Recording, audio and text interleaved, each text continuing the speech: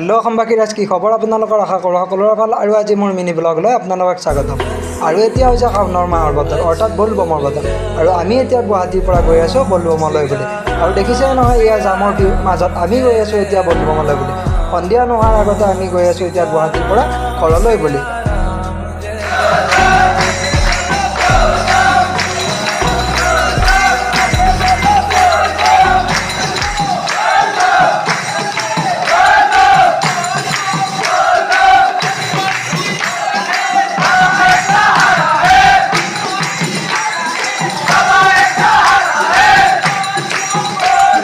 আৰু এনেদৰে আমি এতিয়া ৰাতিটো নাম কীৰ্তন কৰি ৰাতিপুৱা হোৱাৰ লগে লগে আহি গ'লোঁ নৱগৃহ মন্দিৰ।